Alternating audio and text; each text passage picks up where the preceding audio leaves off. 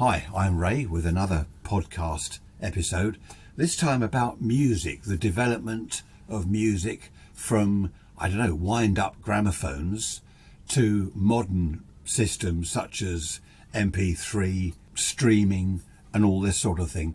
I'm not going to start by going back to the 20s and 30s, that's too far. Let's go back to the 1940s. So everyone had a wireless, they were called a wireless in those days, valve radios. In America they're called tube radios. So these valve radios, you need an aerial outside in the garden, and on the radio you tune into the BBC Home Service, the BBC Light programme, which was light entertainment, light music, BBC Third programme, which was classical music, and that was about it, apart from foreign stations which you could get from all over Europe with a decent aerial outside. So that was it, that's entertainment. This is before people had televisions. I won't go into TV. TV came in when? Was it sort of 50s? I think late 40s, 50s.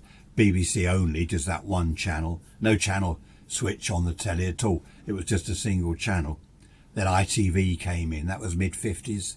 You could have your TV converted, or you could buy a TV that had a BBC and ITV channels. But let's not worry about TV. Let's just stick to music. So in the 40s, you had your wireless and also gramophones. Now, some of the gramophones weren't wind up, some were electric, rather like modern record players.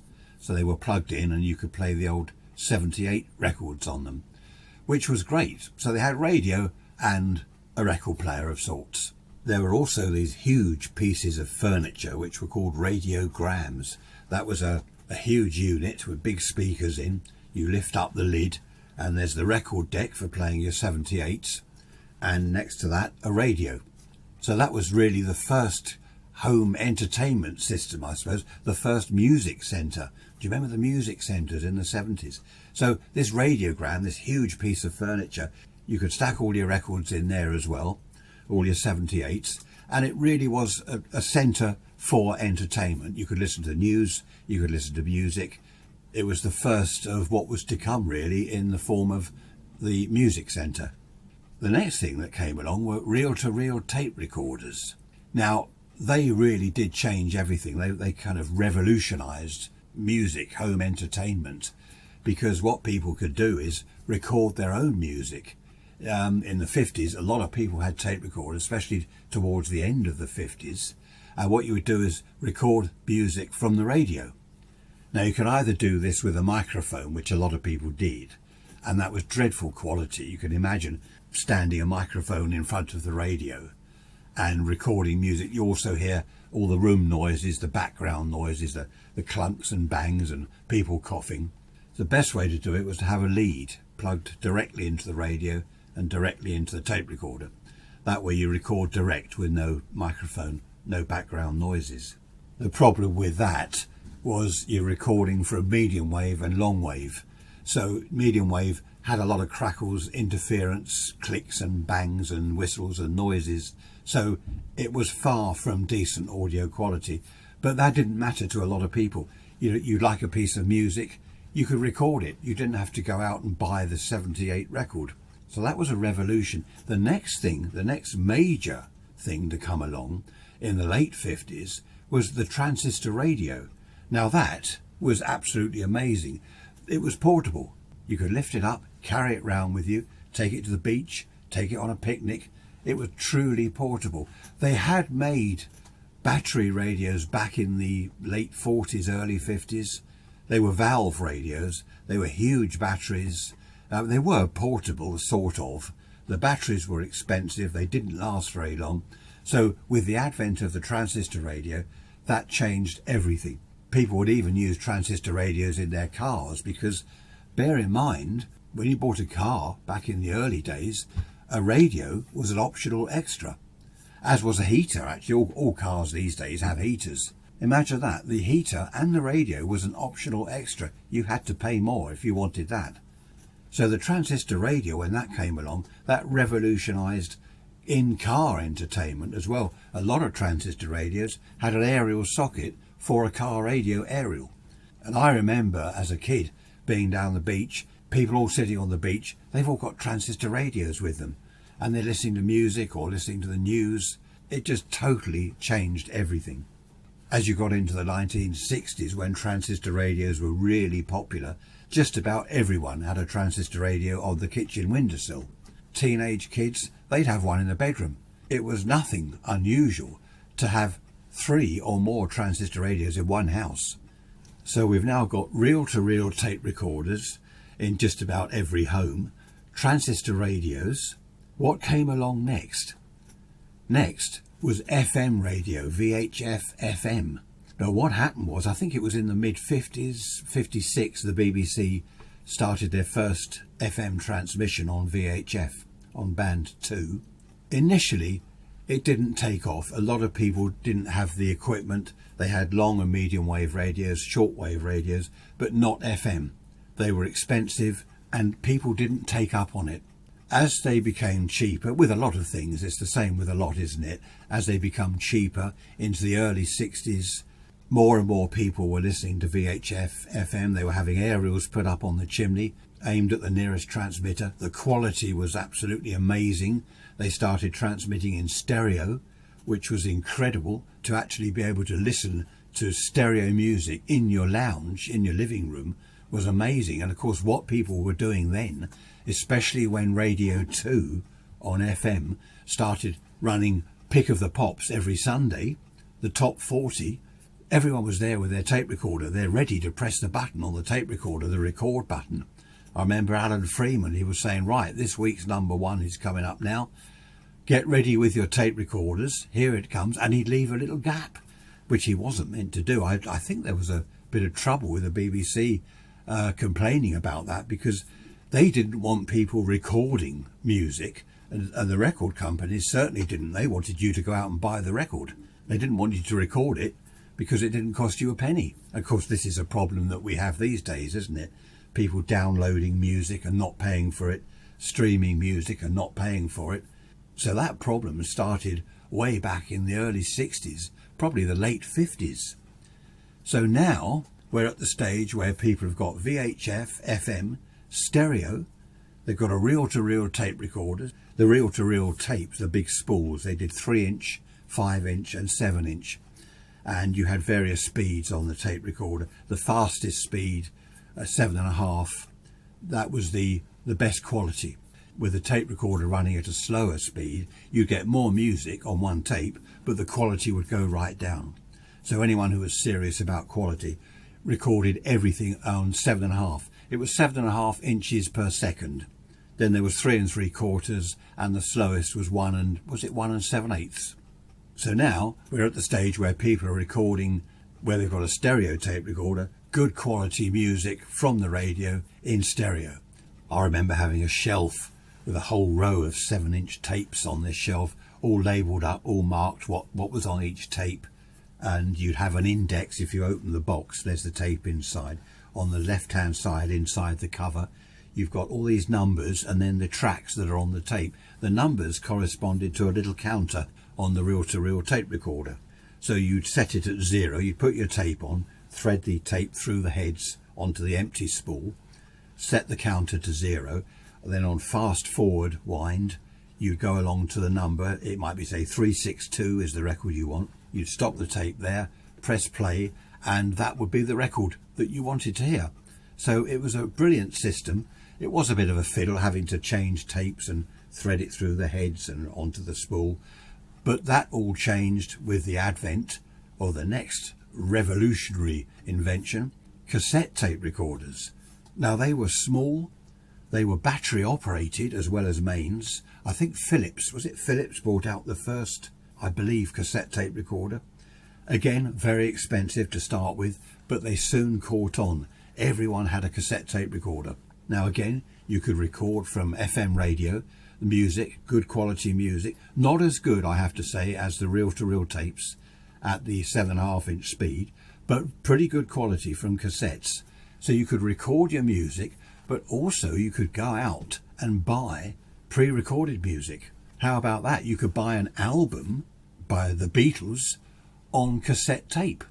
So that was quite a revolution. And what people did, well, I did in fact, I had a cassette tape recorder in my car, and I wired it, being into radio and electronics, I wired it into my car radio, so it played through the car radio amplifier and speakers. So that was probably one of the first in-car entertainment systems.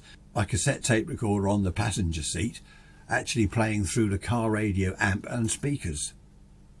Now let's just mention, before we go any further with tapes, let's just catch up with record players. What happened with record players, the 78 records were replaced with the small 7-inch 45 RPM records, the ones we all know and love and remember, well, us oldies anyway, and then the LPs, they were played at 33 1/3 speed.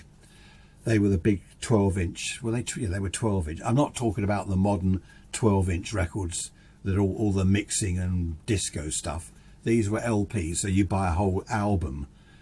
For example, a Beatles album would be on an LP, and it's in a sleeve, and all the design on the sleeve. It was really nice to look at. So record players were now modern pieces of equipment, not like the old gramophones, especially the old wind-up gramophones. And again, you'd find a record player in most houses, and very often in the teenager's bedroom. Everyone would have their own record player. I remember when I got mine, I was 11 years old. It was a Ferranti record player. Fantastic piece of kit. I couldn't believe it. What a present, what a birthday present. And there were a couple of records with it. One was As Long As He Needs Me by Shirley Bassey. And the other one, I think it was Cliff Richard, Lucky Lips. Lucky lips are always kissing. Goodness me. Of course, I had to buy records. That was the only thing with a record player. You've got to go out and buy the records. I did, for my birthday, have a few records from friends and relatives, so I started my collection on the day I actually got the record player. But the record player, that was fantastic. As I say, every teenager in the land had a record player in their bedroom. So things were beginning to move fast.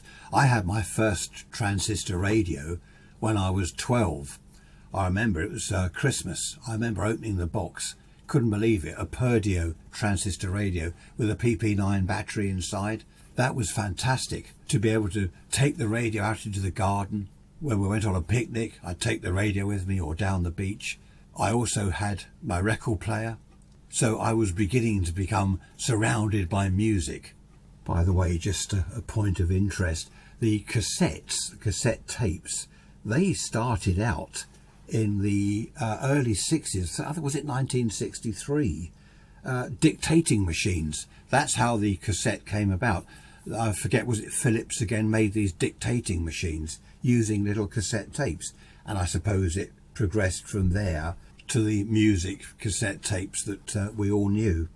Talking of cassettes, Sony bought out the Walkman. Now that was 1979, I believe, late 70s. The Sony Walkman. What a machine. Everyone you see walking around the streets with this Walkman on their belt, this little device which would play cassette tapes, and they've got their little earphones in. Does that remind you of anything? Go and have a look down the town now. You'll see people walking around listening to music through little earphones. It's exactly what they did when the Walkman came out in 79. In fact, Cliff Richard was even, Wired for Sound. He made a record about it, Wired for Sound.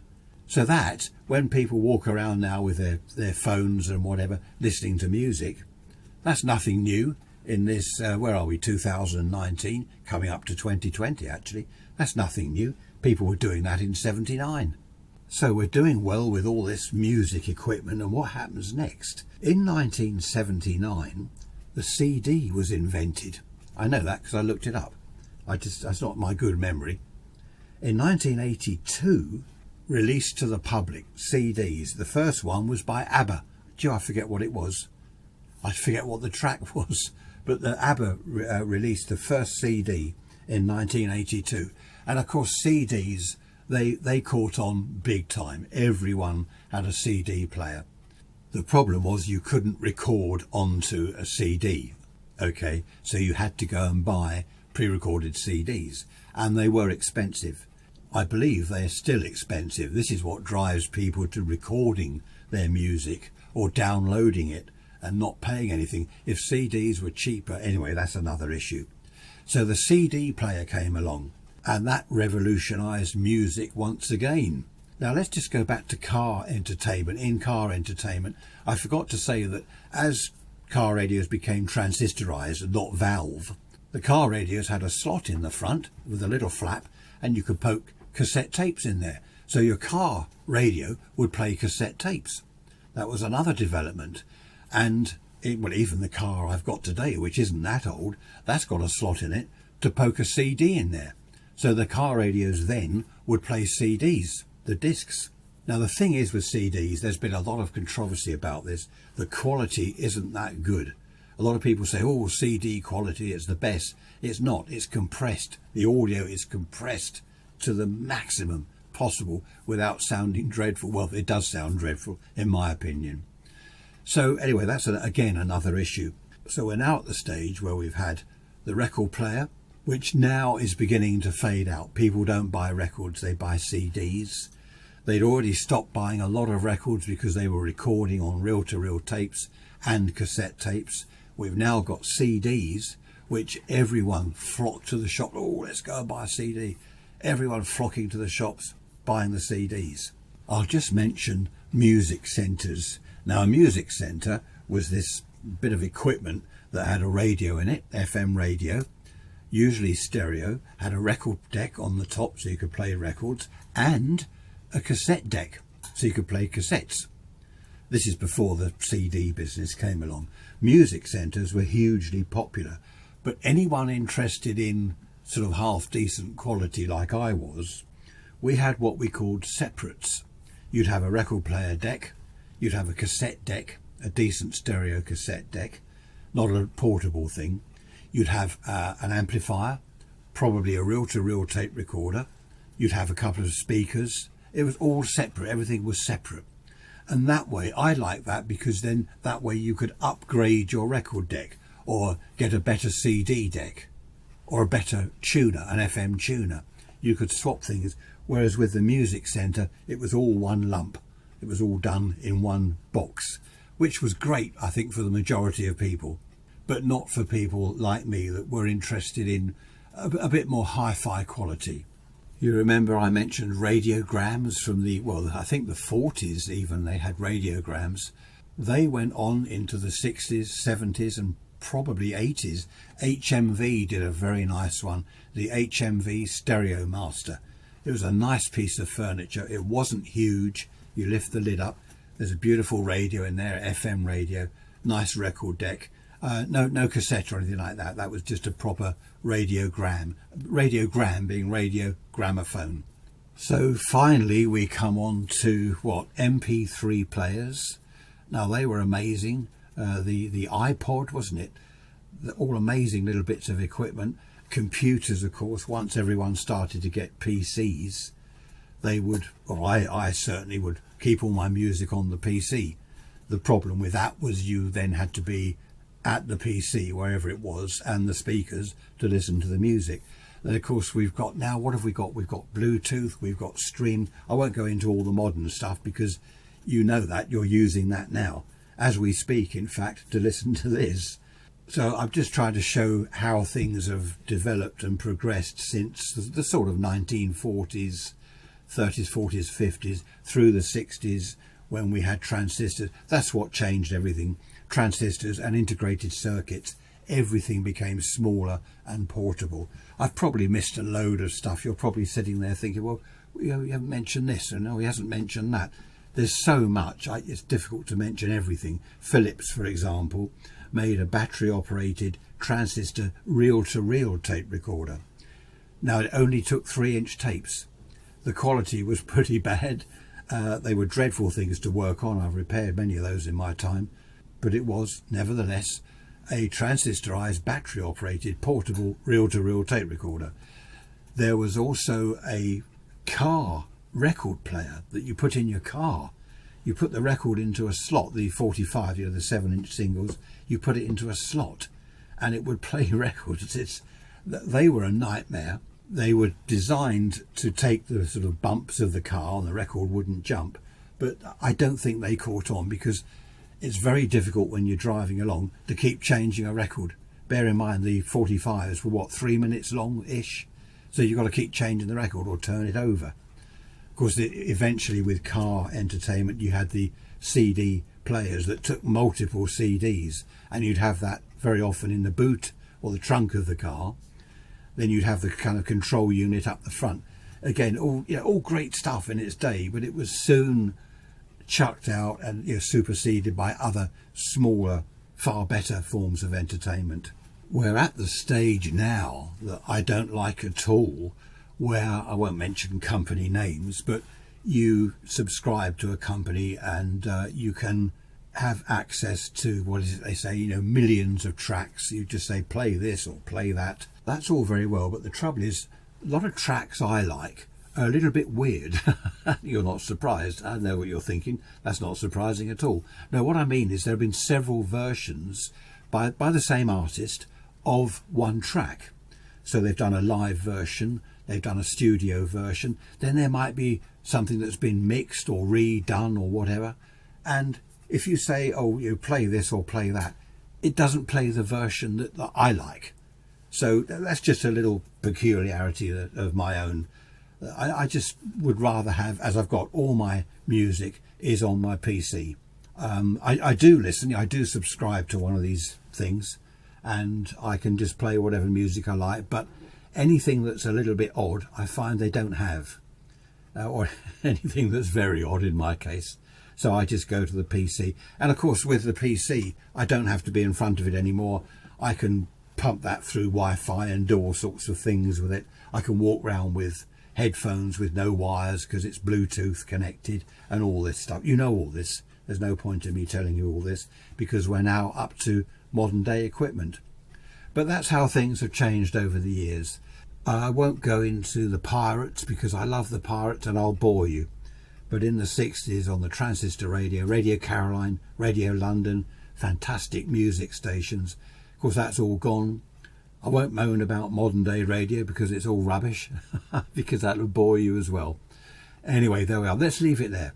Thank you for listening as always. Look out for my next podcast episode. Take care and I'll see you next time. Bye bye for now.